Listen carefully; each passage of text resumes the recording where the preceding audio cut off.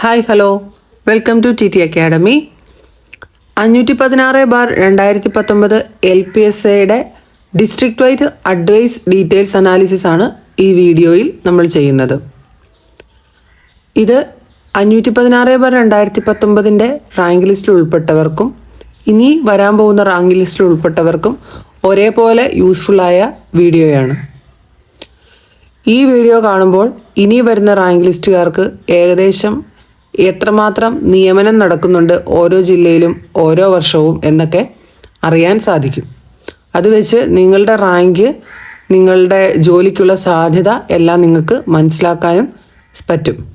അപ്പോൾ നമുക്കിനി വീഡിയോയിലേക്ക് കിടക്കാം. കാസർഗോഡ് ജില്ല ടോട്ടൽ അഡ്വൈസ് വന്നിരിക്കുന്നത് 391 ആണ്. 261 റാങ്ക് വരെയാണ് OCയിൽ നിയമനം നടന്നിരിക്കുന്നത്. കണ്ണൂർ ജില്ലയിൽ 144 പേർക്കാണ് ടോട്ടൽ അഡ്വൈസ് ലഭിച്ചിരിക്കുന്നത്. 83 റാങ്ക് വരെ മാത്രമേ OCയിൽ നിയമനം നടന്നിട്ടുള്ളൂ.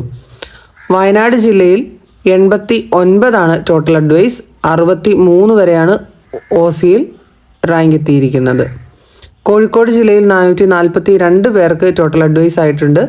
അതിൽ 340 പേരാണ് OCയിൽ നിയമനം നേടിയിരിക്കുന്നത്. 340 റാങ്ക് വരെയാണ് OCയിൽ നിയമനമായിരിക്കുന്നത്.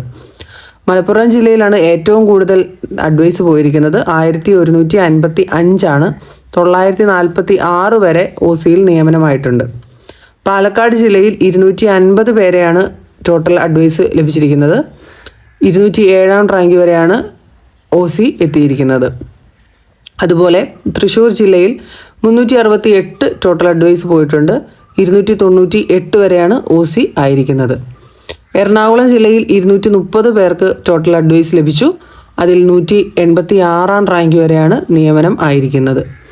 ഇടുക്കി 99 പേർക്കാണ് ടോട്ടൽ അഡ്വൈസ് ലഭിച്ചിരിക്കുന്നത്. അതിൽ 73 വരെ മാത്രമാണ് OC ആയിട്ടുള്ളൂ. കോട്ടയം ജില്ലയിൽ 172 വരെയാണ് ടോട്ടൽ അഡ്വൈസ് ആയിരിക്കുന്നത്. OC 130 ആയിട്ടുണ്ട്. ആലപ്പുഴ ജില്ലയിൽ 193 പേർക്കാണ് ടോട്ടൽ അഡ്വൈസ് ലഭിച്ചിരിക്കുന്നത്. അതിൽ 158 വരെയാണ് OCയിൽ നിയമനം നടന്നിരിക്കുന്നത്. പത്തനംതിട്ട ജില്ലയിൽ 239 ടോട്ടൽ അഡ്വൈസ്.